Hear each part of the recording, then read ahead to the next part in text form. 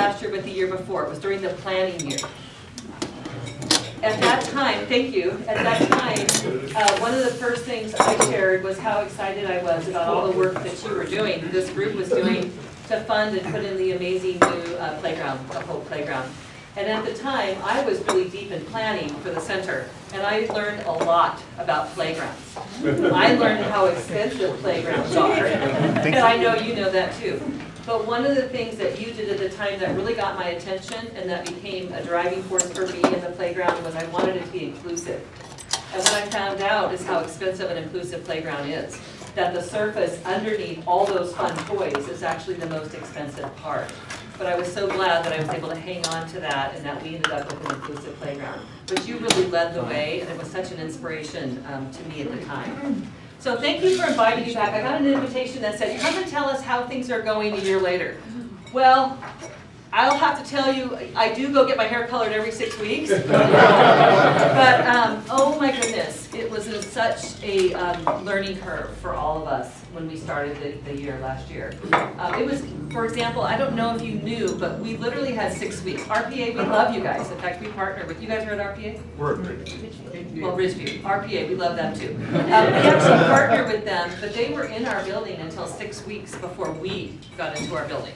And so our remodel was 6 weeks. I don't recommend that for anyone, let's just say. The first day that I got to move in as the principal and my secretary got to move in was actually the first day all of our staff returned to work. And I don't recommend that to anyone. We got through it, and we considered a rough, stormy gale that we went through. But what's amazing, and all of us, I know in the room, all of us have gone through what we would call challenging times. We don't get to be alive this long without having done that. What I can tell you is that creates growth, it creates community, and we finished so strong together. So that's what I'd like to share with you today. We're so proud of all that we accomplished and what we went into in year 2. So first of all, just to review, if you weren't there during the planning year, I'm going to share why we did this. Our vision at the time was envisioning a future where all Redmond children enter kindergarten ready to learn, reading on grade level by 3rd grade, and graduating from high school, college, and career ready. That's really what we wanted to do. And another big piece of what we wanted to do, you may not know this or not, I was the principal at Lynch before, and it's a 100% high poverty school. And one of the things I saw was what it looks like when kindergartners who are coming from high poverty are all together in one classroom. And I live in Tumalo, I used to teach in Tumalo, I knew the difference, and I started asking, what if we desegregated by poverty kindergarten? What would happen to the first year of education for our students in the district? And I can tell you a year later, it's fascinating and it's amazing. So we have 5 in-town schools that now come together, and they're all mixed up in classrooms, and it's a wonderful thing. I had one of my Lynch teachers come into my office in the first week in tears. She said, I've never experienced what I'm experiencing now. I have some kids that know some letter sounds and letter names. She goes, I can't tell you what a difference it makes. What a difference it's making for our kids. So I just wanted to start with a little bit of who we are. The second picture is just our team. I couldn't be more grateful to have an amazing team. You know things are going well when you only have the turnover of 1 staff member. Wow. And the only reason I had the turnover of 1 staff member was she got married and had to move to Texas. I couldn't be more grateful to have such an amazing team of people who come together and love kids and are excellent at what they do and are so committed to what they do. But I will tell you, year 1 was a lot of heavy lifting. Not only were we figuring out how to use the building, again, we moved into the building the day that it got ready. It really wasn't ready yet, actually, the day we moved in.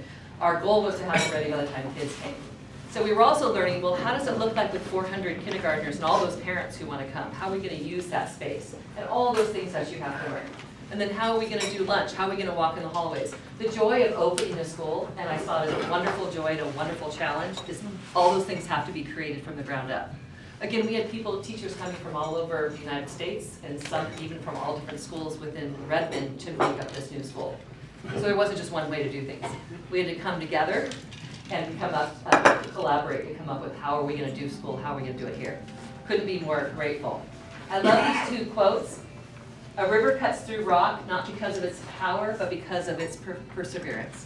It's not just one time it goes through that it opens that rock, but it's over and over and over again. And a dream doesn't become reality through magic. It takes sweat, determination, hard work. You know that from the work that this group has done. And what I'm proud of our team, because those are the things that we did together. We really pulled together. We navigated through rough waters. We got to the other side. Some of the things that I just want to point out from last year, then I'll go on to what's different this year. We really wanted to engage our families in different ways. Again, we have 400 kindergartners, I don't know if you know that, and 60 pre-kindergartners. And I'm really excited to share with you that we're really close to a partnership where we're actually going to have babies. Our goal all the time was 0 through 6. The question we were asking is, what if we got to know our families when the mom is pregnant? What if we got to know our families when they had babies? So we do all sorts of things on site to bring our young families in. Because we know, you know, it's all about relationships. We build strong relationships with our families early.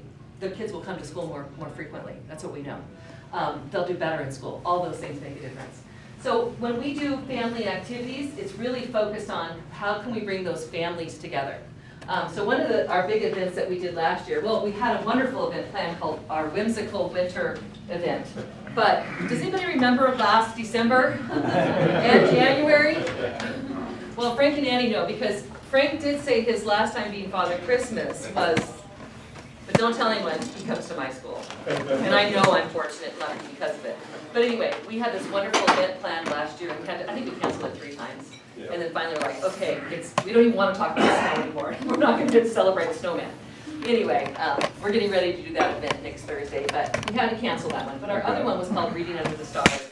And if you can see these pictures, I don't know if you can see them on your handout, but it's all about bringing families together to enjoy learning, to enjoy just being a family, doing simple things that they might not do if they were at home.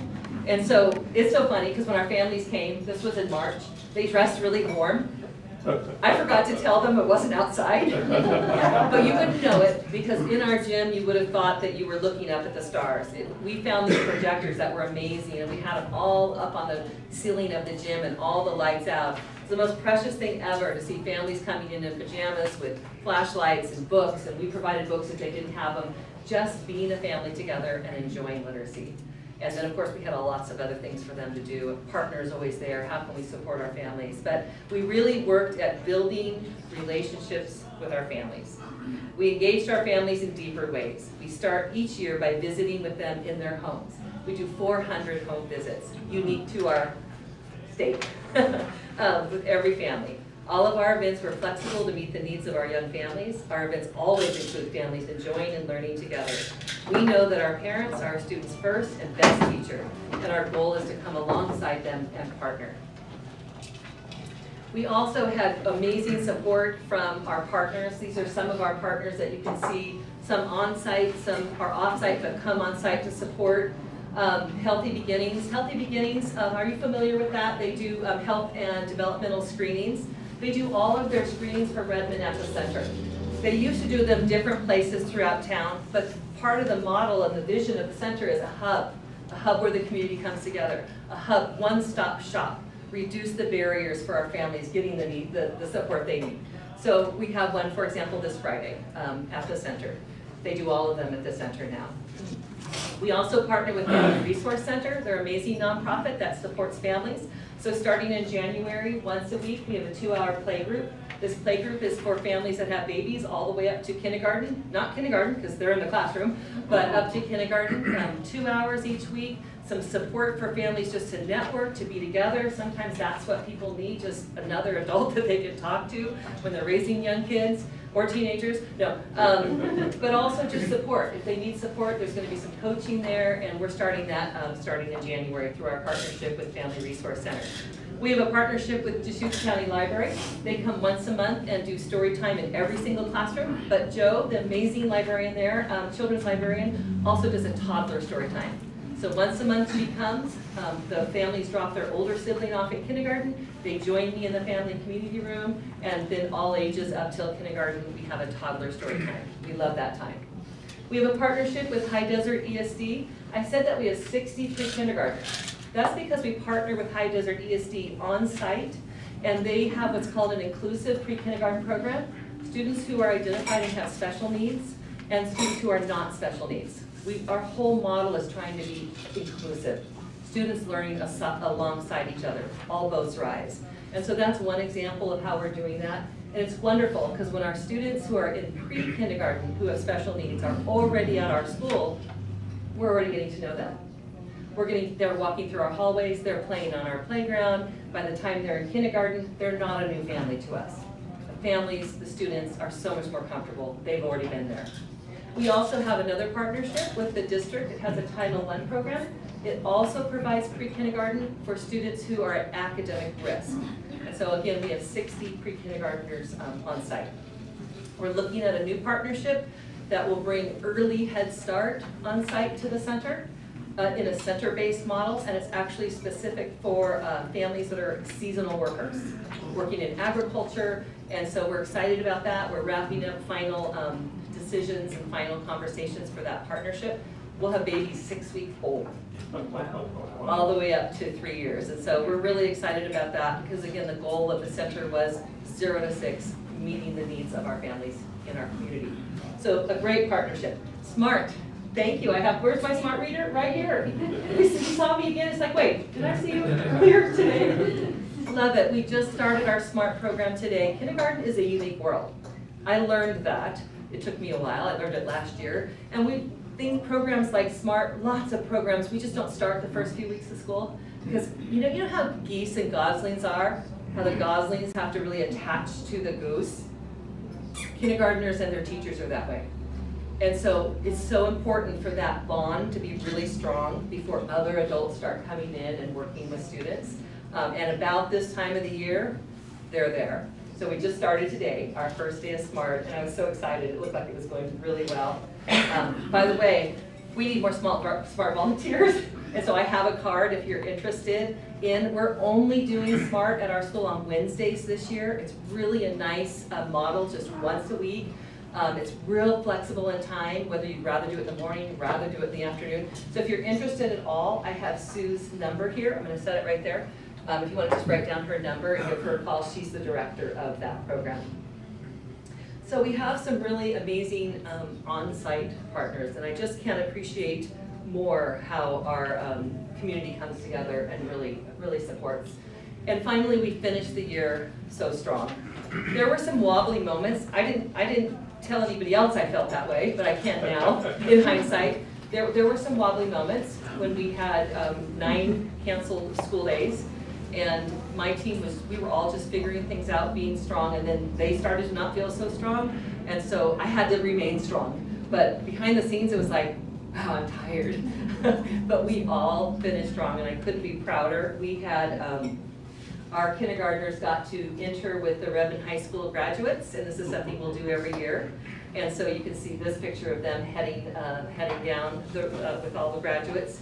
We had 4 graduation ceremonies at our school. It was precious, amazing, and couldn't be prouder of how our students and our team finished. So you can see that. And then we really found that we were proud of our honeybees, and we were proud to be a honeybee. We just finished so strong. By the way, that's our motto and our mascot. It's pretty cute. We're the honeybees. And if you come to the school any day, you'll see it. It does feel like a hive. A lot of bees, So welcome to year 2. You know, it's so funny because my team, we've said over and over again, well, they've come to me and they said, wow, the kids are so different this year. I kept hearing that, and finally I said, you know what, you guys, 400 kids are 400 kids. Kindergartners are kindergartners. I said, you know, I think we're different this year. And like anything, we're more confident. And if I could say anything to anyone who's starting a new organization, who's taking a risk and trying something new, if you are a boss of someone who's trying to do that, or you're a part of an organization that's doing that, support those people. Support those people. Because there were times where support wasn't there for us, but we knew we got this, and we knew we were going to finish strong, and we did. And I would just say, if someone's starting something new, expect there to be rough times. If it wasn't hard, it would have already been done. And so we know when there's a new implementation, a new school, a new business, a new anything, it's going to take some time to develop. And I'm so thankful for those who kept rallying around, our families, our parents. And I would just say, that's what we learned, is that that's what it takes. Because I knew we'd finish strong, but it was so helpful. It's helpful to look back Sometimes looking forward, you need other people to come around and say, you got this, you're doing this. Just something to think about for your own lives and those opportunities that you have to encourage others. This year, it's really about a strong start. We learned so much. And there's so many things that we put in place that were different. Well, number one, we had the building. We had the building. So that's amazing. So you can register for kindergarten any day of the year. And we did kindergarten events early last year in the summer, so our families were coming in all the time. Our registration was well near 400 before the school year ever started. And that's because we just kept welcoming our families. So we did very intentional kindergarten orientation. We did home visits again, just under 400 home visits, and our pre-kindergarten teachers also do home visits. We call them family visits because it's really up to the family. Do you want us to come into your home, or would you like to come to the school? You want to meet at Starbucks? You want to meet at a park? We're just trying to say, you don't always have to come to us. We're happy to come to you. So it's just a different way of doing it. We did Camp Kindergarten, which is only a third of the class came each day, so that our little ones could learn how to do things in a smaller setting. And then we did a boohoo breakfast. It's either a yay-hoo or boo-hoo, depending if it's your first or your last or your middle. And by that I mean, it's the families. It's hard on our families if it's your first one going to school. So during Camp Kindergarten, when they would bring their kids to school, they would then join me. Yes, tissue was on the table, just for a time to say, that's okay how you're feeling today. You've got this, our parents.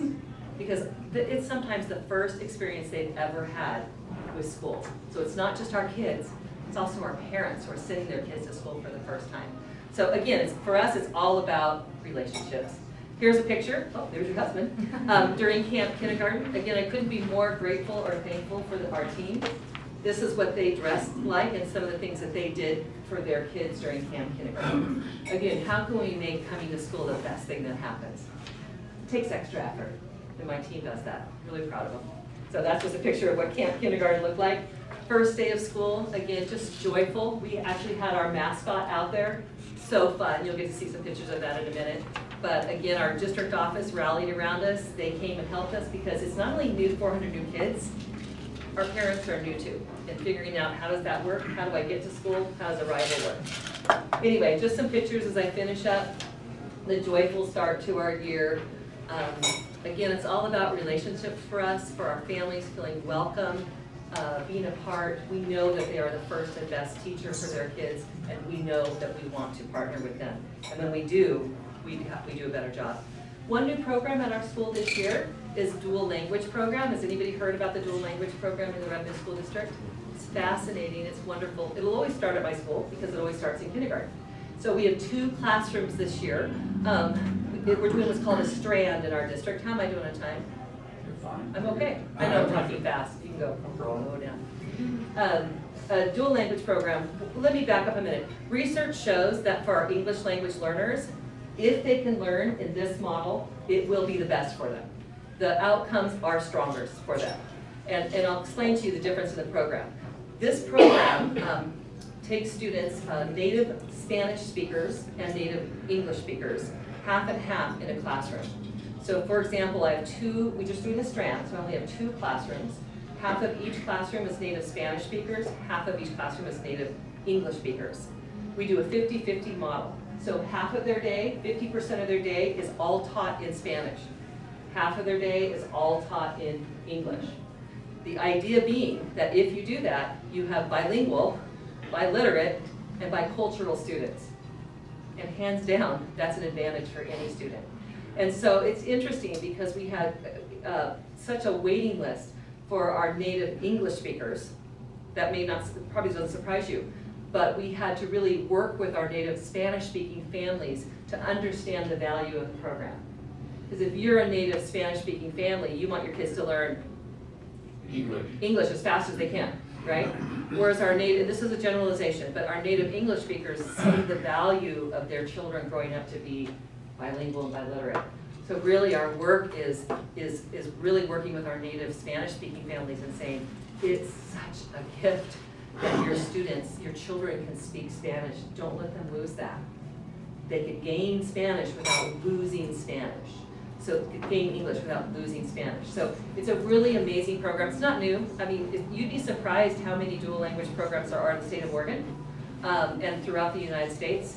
And outcomes just show over and over again that those are the students that not only graduate from high school, but go on to college. And the alternative to that, and we do the best we can. We can't provide this program for everyone, every native Spanish speaker in the district. We can't. Because we don't have that many bilingual teachers, for one. It's very hard to find bilingual teachers. But the alternative to that, what happens a lot, is if you are in a school and you're a Spanish speaker, in our area Spanish, but if you're in another part of Oregon, it might be Russian. But you're taken out of your classroom and taught explicit English. And they need that. And I'm not saying that's bad, but I am telling you that the results of that model are nowhere near the results of this kind of model.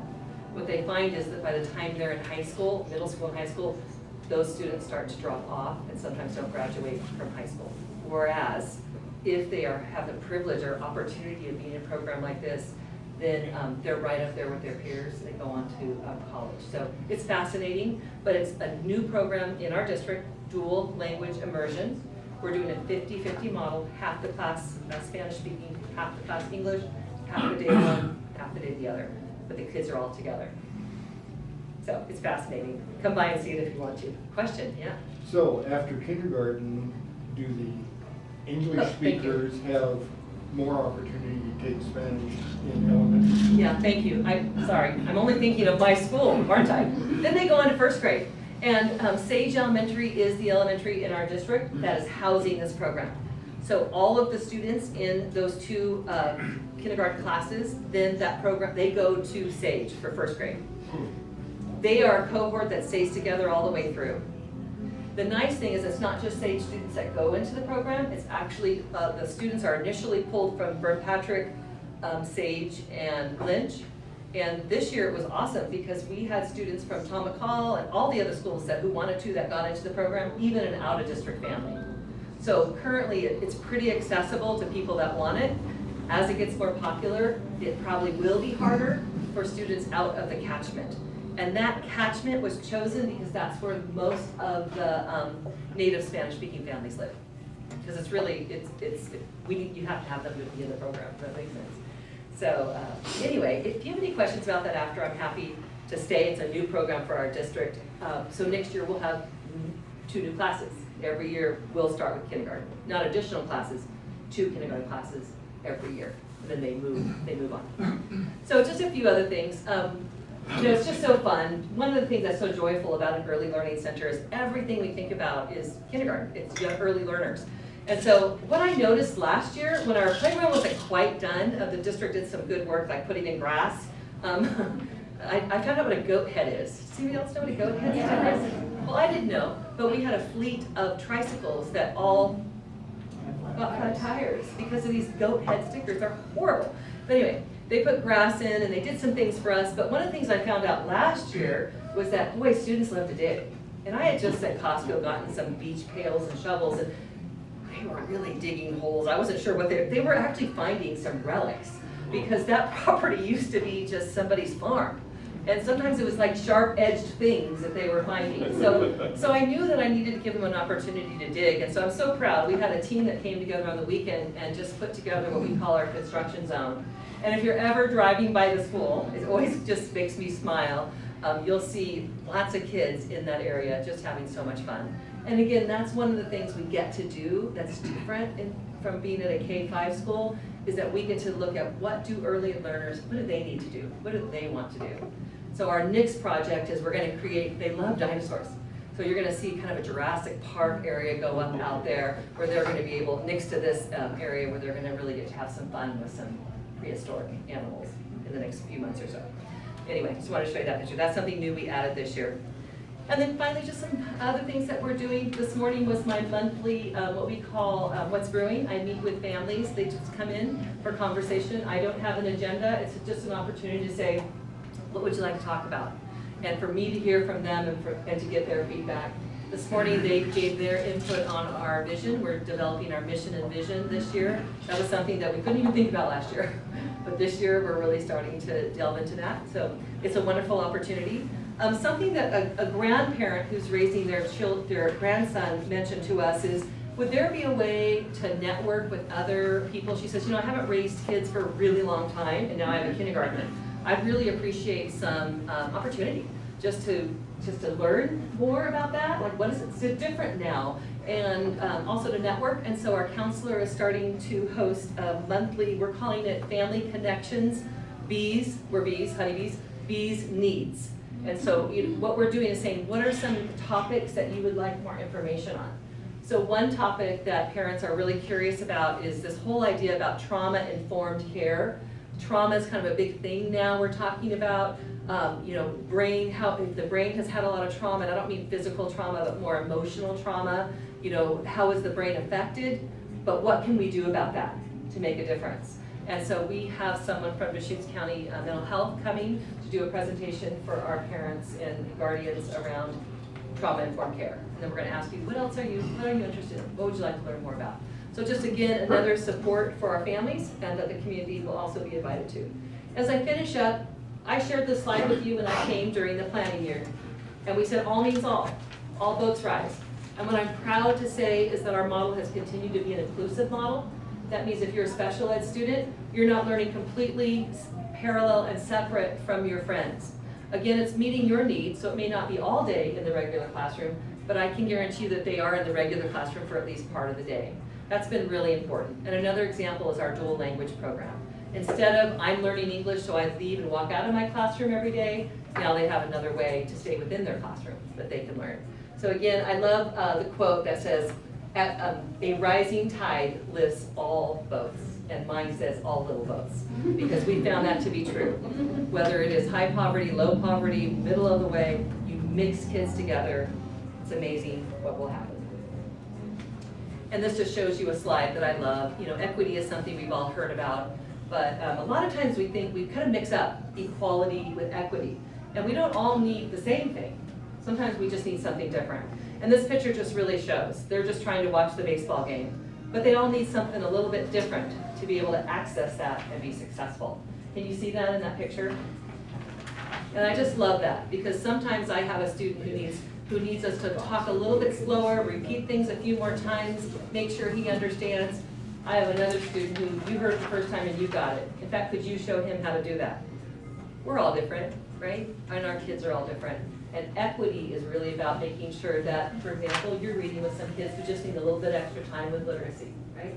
And that's going to make the difference for them. I know I have someone who works with FAN in here, Family Access Network. I love that program. Those are families that sometimes just need a little bit of a hand, a lift, help me get up here, and then I'm going to be okay, right? That's equity. Just making sure that everybody gets what they need so they can be successful. Finally, I'm going to share with you I love this quote, it's on my signature. It says, the question is not whether we can afford to invest in every child. It's whether we can afford not to. And I just love to leave that with you and just ask you if you have any questions or anything for me. Yes? The dual language program in Spanish and English, are those two lessons mirrored or are they different? No, I'm glad that you said that. It's fascinating because no, math, for example, is taught in Spanish. And so what we know is that those kindergartners, there'll be some struggle. In fact, one of the things we make sure our parents know is it's kind of hard. I mean, they learn a language so much faster than we do, but they're learning content and language at the same time. So what research shows us is there may be some struggles, but if you can just hang on and stay with that program till 3rd grade, boom, they take off. By 3rd grade, they're already passing those 3rd grade benchmarks tests. Both. What I meant is, are the lesson plans for those two languages, are they mirrored so that kids get double immersion in it? No, so let me see if I'm answering your question. So what's awesome is that throughout the school, it's the same math lesson. Okay. That's yes. Kind of your question. It's just that it's taught in Spanish. There you go. That's it. But it's taught in Spanish to everyone. So for example, one of the things that they're working with their students is once they teach the lesson, and then they're doing their independent work, and usually they do things in kindergarten, we do things in fun ways, so it looks like math games, but it's learning. Well, the students are working with numbers. So I was meeting with a teacher just yesterday saying, once they're doing that, it's still Spanish language time, but they don't have full Spanish language for everything to come out in Spanish. But if they know their numbers, could you hold them accountable whenever they're saying a number to make sure that number is in Spanish? So that they're practicing their language, as an example. And then we talked about, well, could our Spanish speakers be coaches during the Spanish time during math to our English speakers, and could we do the reverse during the time of day where they're learning in English. So kind of like, how do you get them to actually practice the language more versus just hearing it, right? Because it's all about practice to get better. Great question. Yes. You may have said this in the beginning. What is your capacity? Are you? All right, I'm so glad you asked that question. So right now, I would say we're at my capacity right now. The question was? What's the capacity for the center? So I think it's a really good question. I met with my superintendent a few weeks ago, and we were talking about some of the extra spaces. We have a fourth wing where we currently have our partners, like High Desert ESD is there, and that's where we have our pre-kindergarten.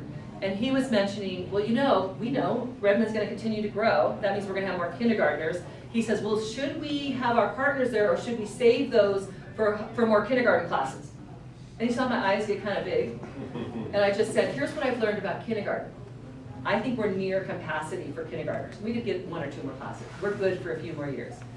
I said, what's unique about kindergarten is the level of supervision you need, but also I have all my parents. I have 400 parents. It's a lot of support for young, new parents. Very different from a K-5 school. The bell doesn't ring and you don't go, bye, see you guys tomorrow. Oh, no. You're walking out with those students. That parent is getting that student. It's all handoff like that. It's very tight supervision. So you could just imagine. You guys have any 5-year-olds or been around 5-year-olds? Yeah, 400? That's a lot. And so my conversation, and actually my superintendent's meeting with me and the leadership team tomorrow to say, let's start a conversation of as Redmond grows and as more kindergartners are coming to our schools, how should we plan forward for that? So I would say, yes, I have classrooms where we could put more kindergartners. I don't know, 700 kindergartners. I told my superintendent, I said, we're the largest early learning center, I think, in the world. I mean, I know we are in the state of Oregon, and I know we probably are in the United States, and it's amazing, it's beautiful, it's perfect the way it is. But if you were going to add 100-200 more, I would say I said to him, have you ever heard of too much of a good thing? Yeah. And so we need to think of building new schools. We also need to think, well, there's going to be more kindergartners as the population grows. Let's start thinking now for it, so we're ready for that by the time we're ready for that. So thank you for asking that question. Yes. So do Tumalo and Terrebonne still have kindergarten programs? Yes. So in fact, I taught for many years at Tumalo and lived there. Tumalo's at K-8, and so is Terrebonne at K-8, and those are unique models. We didn't want to touch those for a few reasons. Who wants to sit on a bus that long? But also, they're already doing some unique things and have a model that's unique. And so they'll remain the same. And what's the average class size? Too big. Don't tell no, you can tell my superintendent I said that. If you can ever advocate for class size, I have 24, 25. That's a lot of little ones. I don't have any classroom with less than 24 or 25. Bye, you guys. I'll see you next week. I appreciate you. So, yeah. You can advocate wherever you can. 21 would be great. Again, I have an amazing team, and they do an amazing job. Any one of you are welcome if you ever want to walk through, just to see what it's like. Just know you're welcome. I'm more than happy to give you a tour. Yes. So when the center started, Yes. is that when kindergarten went to full day? No, actually, it's a Or good is it question. full That's a day good or- question. That's a good question. Yes, it is. So, and I know I'm out of time about here. So, one of the things when I made the proposal about the center, one of the issues we were having, myself included as the principal of Lynch, is that we were getting ready to go to full day. We weren't going to have enough room in the in-town schools to go to full day. We figured out how we could do it for 1 year, but then we were out of room. Like, you couldn't grow at all. Because what took 2 classrooms now took 4 classrooms. So one of the things, not the driver for me at all, but when you hear this, you'll go, yeah, it makes sense. But one of the things I said to my superintendent at the time is, if we do open a center, you will get more room in all of your in-town schools. I said, that's not the reason to do it. And you won't have to do a boundary change. Boundary changes are really tough on everybody, right? I said, you will get more room in all the in-town schools. That's going to give you a good number of years before we have to start talking about building a new school, which we needed that. And so, yes, it opened more room, like my school, Lynch, 4 empty classrooms when I took the kindergarten. And yes, it's full day. We're in our I think our 4th year of full day. Yeah. Great. Thank you, Heather.